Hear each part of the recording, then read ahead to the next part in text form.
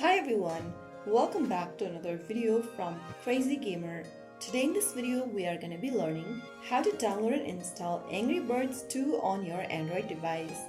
First of all, make sure that your device is connected to a stable internet and then launch open your Google Play Store.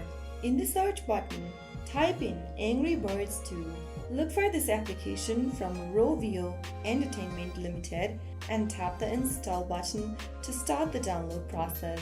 Ensure that your device is running Android 7.0 or higher to meet the game's system requirements.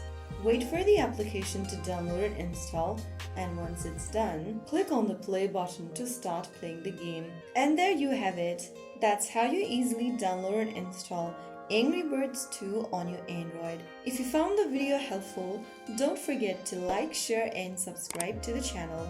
I will be back again in the next video. Thank you for watching.